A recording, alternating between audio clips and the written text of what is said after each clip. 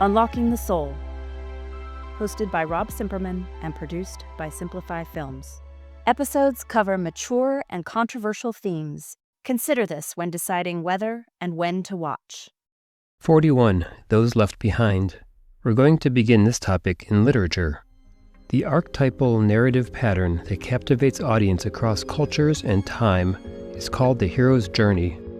It begins with the protagonist called to adventure from their ordinary world, setting out on a perilous quest. Along a transformative journey, the hero faces numerous challenges, confronts their deepest fears, and encounters mentors and allies who guide and shape their character along the way. Through trials, tests of courage, a symbolic death, and ultimately a climactic ordeal, the hero emerges victorious, gaining newfound wisdom and returning to their ordinary world as an improved individual, armed with the power to inspire and bring about positive change for those left behind. Now, this timeless tale resonates because it reflects the universal human desire for growth, transformation, and the triumph of the human spirit. But not all characters are the heroes, are they? Static characters remain relatively unchanged throughout the course of the narrative. Their personalities, beliefs, and behaviors remain constant from the beginning to the end of the story, whether we're talking about orcs from The Lord of the Rings, or a wisecracking cab driver in a rom-com, but both static and dynamic characters are crucial to the richness of the storytelling. So what if I told you that this is yet another case where art imitates reality in what is perhaps the most controversial idea in spiritualism? Here's the idea. Some relatively small portion of humans are full souls on a journey of growth across lifetimes in the way we've been describing so far. The real pickle is who are the others?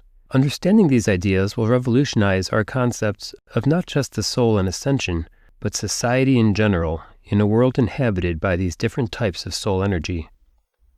So let me break down the key terms. First, backdrop people or non-player characters are like movie extras that make the dramas of our lives possible. As collective soul energy, they're part of the background or the matrix, rather than souls on a path to ascension. Think the rush hour traffic. Second, unawakened soul extensions are spiritually unaware people with practically no communication with their own soul.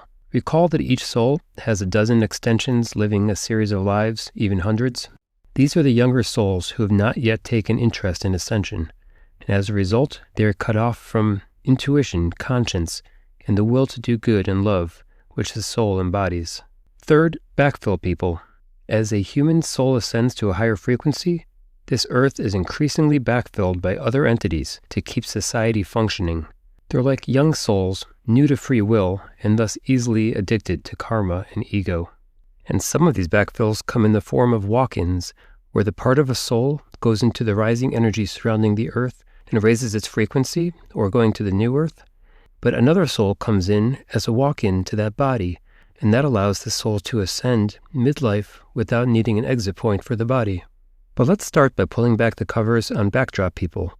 Most people understand these to be pure holograms, beings projected for the purpose of creating dramas for us souls who are on developmental paths. Think of a crowded airport that needs a lot of people to create the bustle, or the man you buy coffee from, or a mass casualty disaster.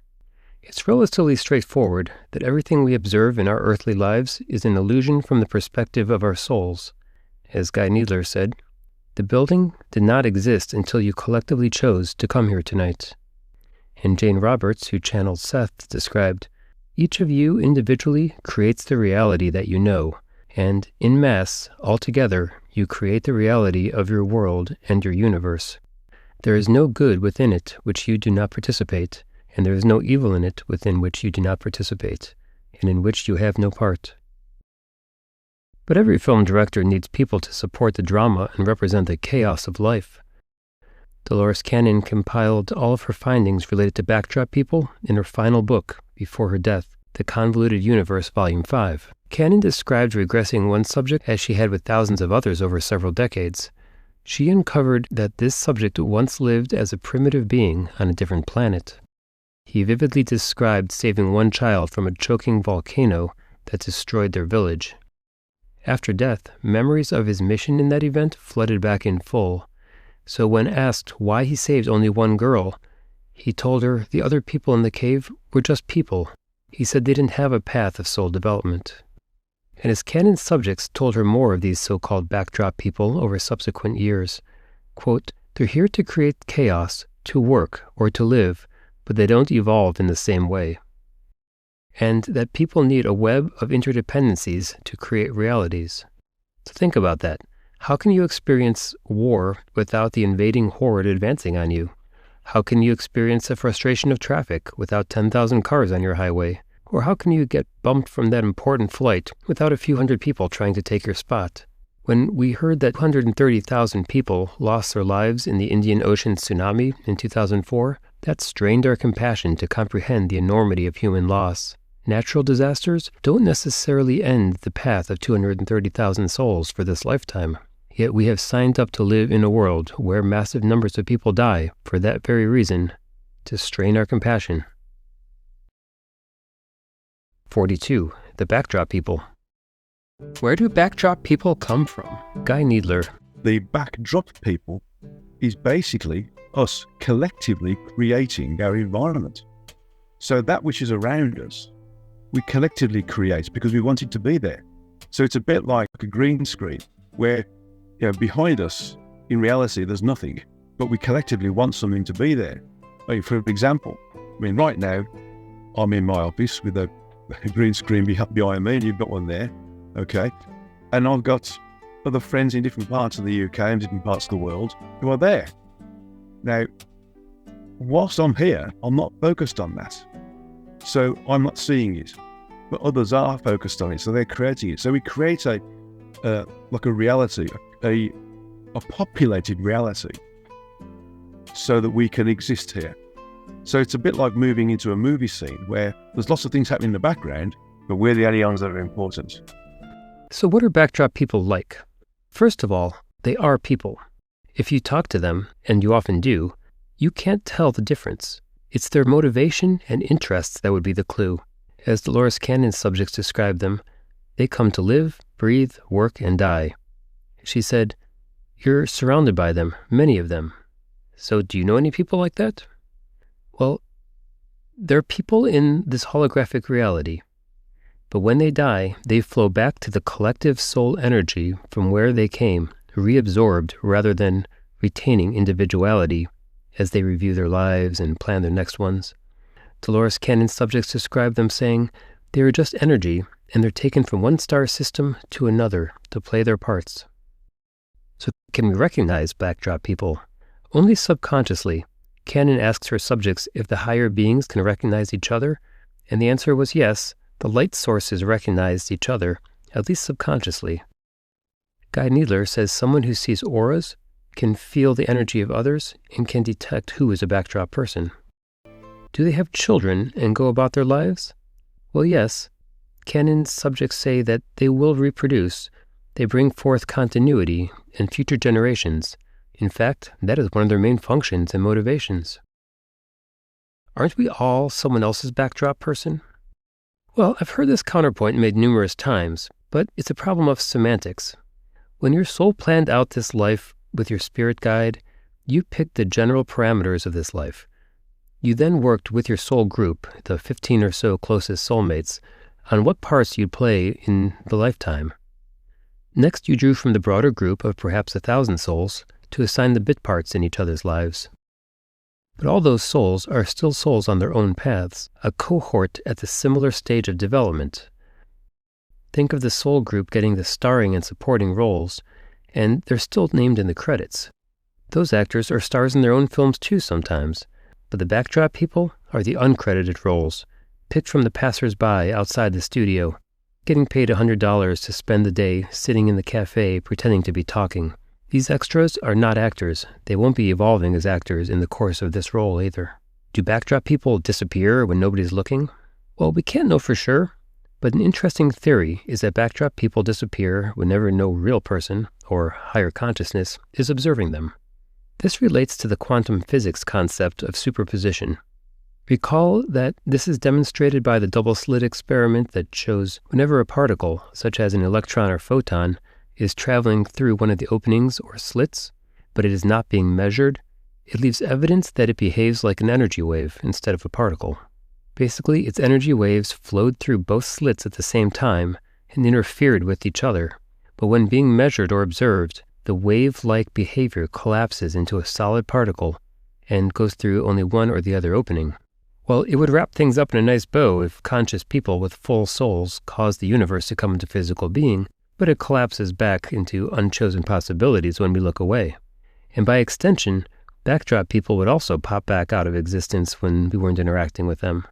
After all, canon compared reality to the holodeck on the old Star Trek TV series, where it was sometimes unclear which characters were computer-generated and which were crew members until you turn off the simulation.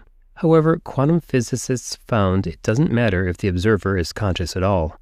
It could be a spinning subatomic particle, a single quantum bit, or qubit, still counts as an observer if it's set to record the event by spinning one way or the other. So even a backdrop person would presumably trigger the same reaction as any soul on a growth path. And that's a shame too, because I had big plans for a backdrop person test using the double-slit experiment until I went further down this path and had to rule it out. Could you or I be a backdrop person? I'm going to make a small leap here and suggest that the viewers of this film are, in general, souls on a growth path. Why?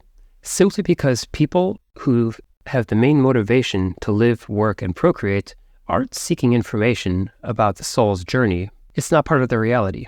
Their vibrational frequency, per the law of attraction, would not bring such material into their reality to interact with. Guy Needler tells us, I would not expect anyone who's open to the possibility of greater realities to be anything other than inspired by this knowledge. Those who would be afraid or concerned would not be ready to read such texts and would not buy a book containing such detail in the first place. So I then asked a colleague at work to watch my videos.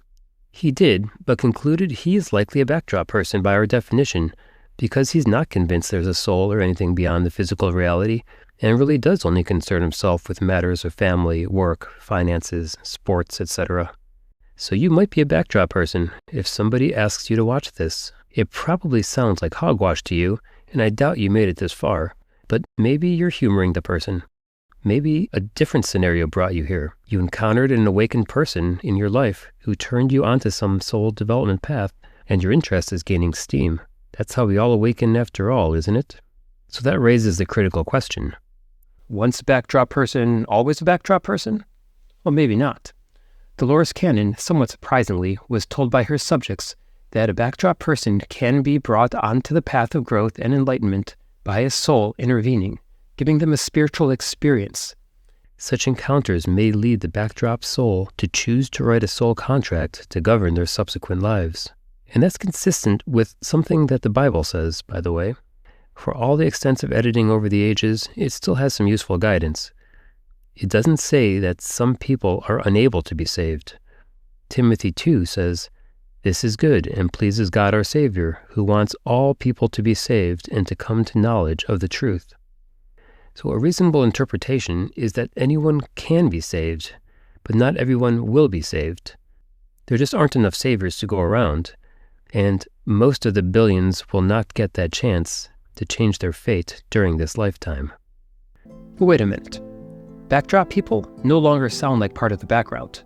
So doesn't it start to sound a lot more like what Dr. Stone described as the unawakened soul extension? And this is the realization that led me to make this film. In a nutshell, Dolores Cannon didn't get the description of backdrop people wrong. She just didn't connect the final dots. Remember when I quoted Dr. Stone saying that the soul ignores its soul extensions until they start paying attention to and seeking connection with the soul? Until then, the souls are run by the personality or ego on autopilot, mostly cut off from the soul. Well, then what's the difference? At least for all practical reasons, I suggest we consider backdrop people to be soul extension personalities that are not in direct contact with their or any other higher self. This explanation makes it possible for many statements about backdrop people to all be true at the same time. They are not on a soul development path. They don't have a soul, or at least not one that they're in contact with. And each person is capable of being awakened to their soul. Every soul is destined to be awakened and ascended eventually. And considering that the soul doesn't know the concept of time, when it happens, it happens. We'd like to think everyone can and will awaken. It's intuitive and appeals to our humanity. So let's say I'm right about the nature of the backdrop people being unawakened soul extensions. It still leaves us with the big question. Who all gets left behind on the crash and burn Earth, as Maureen Saint Germain termed it? Presumably, most of these backdrop people will remain unawakened, or unwoke to use a popular term that fits surprisingly well here. And our biggest risk is that any full soul people who lower their frequency to that of the backdrop people could get left behind as well. People who refuse to follow the rising energy won't be ready for the higher frequency New Earth or a comparable sister planet. Also, as we mentioned, some our more enlightened folks may choose a path of caretaker for the low-density Earth until it nears the end of its transition. But who else is destined to remain at their current vibration or even slip lower into fear as the current age unfolds? 43. The backfill people. It's finally time to meet the backfill people. They're an additional category of being on Earth that are not connected to the full soul enrolled in the Earth's schoolhouse and thus unlikely to ascend to a higher frequency. In fact, they'll remain because that's precisely what they've come here for in the first place. Let's hear directly from the authority on backfills and what they mean for society. I put this question to Guy Needler. This Earth, where we are now, is being backfilled by other entities that are not the same sentient quality as those souls that are allowed to incarnate as human beings, but they're higher than animals. So so a number of individuals who are here, although it stays the same or increases in world population, those individuals are not the same sentience. And so you start to see lots of people being addicted to karma, addicted to karmic things, low frequency thoughts, behaviors, and actions. So this is why the Earth appears to start to drop down the frequencies even more, and we start to see, should we say, a lack of governance happening all over the world, a lack of being able to be caring, sharing, understanding, sensible, good citizens happening all over the world, because they're being backfilled by souls who are being allowed to incarnate who are not the same sentient volume or sentient density, so to speak. But we're all evolving up into the next new Earths. Do you think that the current state of world politics and social movements reflects this change, such as in the divisive political parties and voting and the alternative facts concept that we've seen in recent elections, in the United States at least? Is it going to keep going in that direction, do you think? We're going through a period of clarity where we're starting to recognize that things can't be hidden anymore. And this is a function of ascension, sort of mass ascension, because we no longer trust what's being said to us. So we want to know full transparency of what's being said to us. So that's creating a different, a sort of revolution in everything, basically, in terms of we're starting to see that people actually can't be a binary individual. You can't be a male or a female. There's 63 different ways of explaining somebody's relationship with themselves and what they feel they are in terms of how they interact with others and how they, their dress code, for instance. So dress codes are becoming completely neutralized, totally. But there are other things that are happening as a function of the what I call backfill people, which are these souls that are being allowed to incarnate, and they've got a lower density of sentience and therefore a lower evolutionary level, are starting to think, behave, and act because they get addicted to being on Earth. Now, we get addicted to being on Earth. That addiction is called karma. We have to come back to clear it, to master it. And that's why we keep coming back, and sometimes part of that mastery is to experience what we've done to somebody else, so we can clear that karma, negate it. But most of it is us mastering ourselves in how we navigate through our incarnation and no longer get, shall we say, addicted to status, physical imagery, those sorts of things.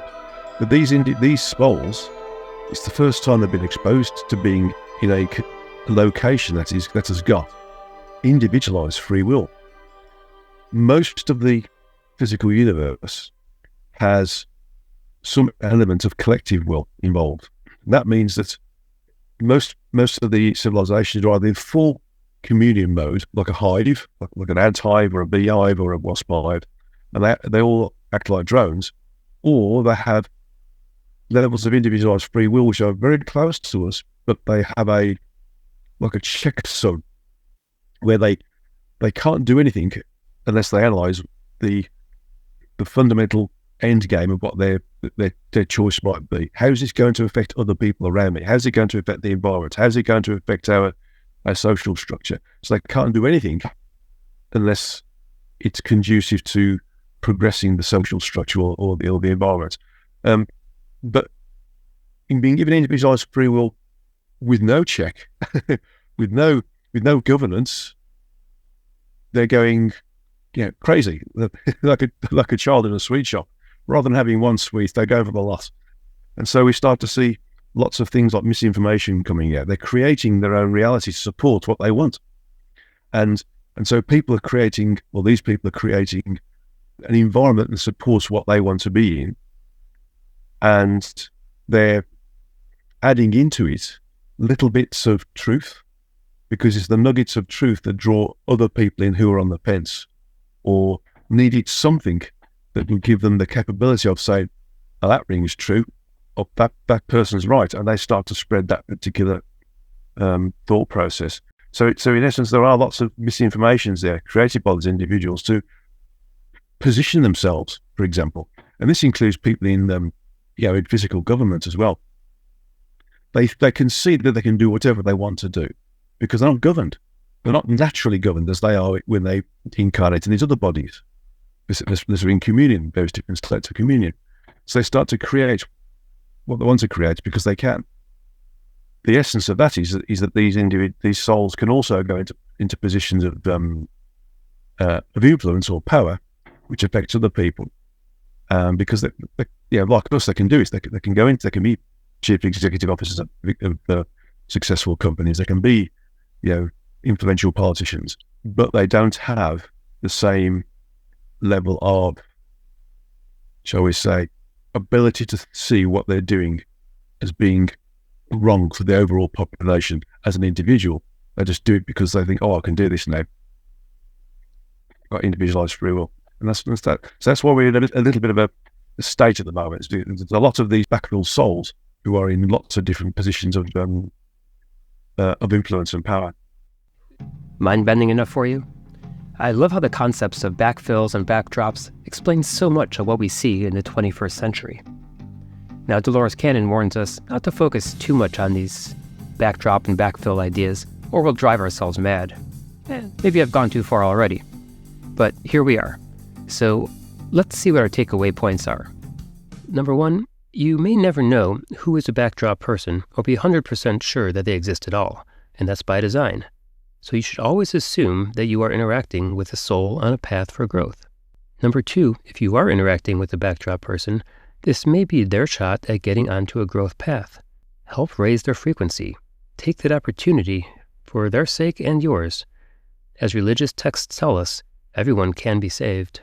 3, you created the experience you're having as a test for yourself. Value and take seriously that test to see how much compassion you can show. 4, every life is sacred. Everyone was put here for a purpose. That doesn't imply that every person is here to change the world or even to evolve themselves. Some are along for the ride, and that's okay too. And 5, some good news. The concept of backdrop and backfill people comprising most of the left behind greatly improves your own chances of ascending with the rising vibration. This is a constant cause of anxiety for spiritual seekers. So if there's a 5th density New Earth and other high-frequency planets for people to attain and maintain higher vibrations, we should all be working toward achieving and remaining in our highest, best, true selves. We already talked about ascension tips earlier, but in the 4th segment, I want to dive into a different category of forces that hold us back from living our high-frequency true selves. Energy attachments, whether something like a possession by an external entity that we may have picked up, or an internal negative thought form that we carry around from our uncleared emotions. We'll hear what we can do about them from an expert on these matters, and we'll talk about some other everyday environmental factors that could be affecting our frequency.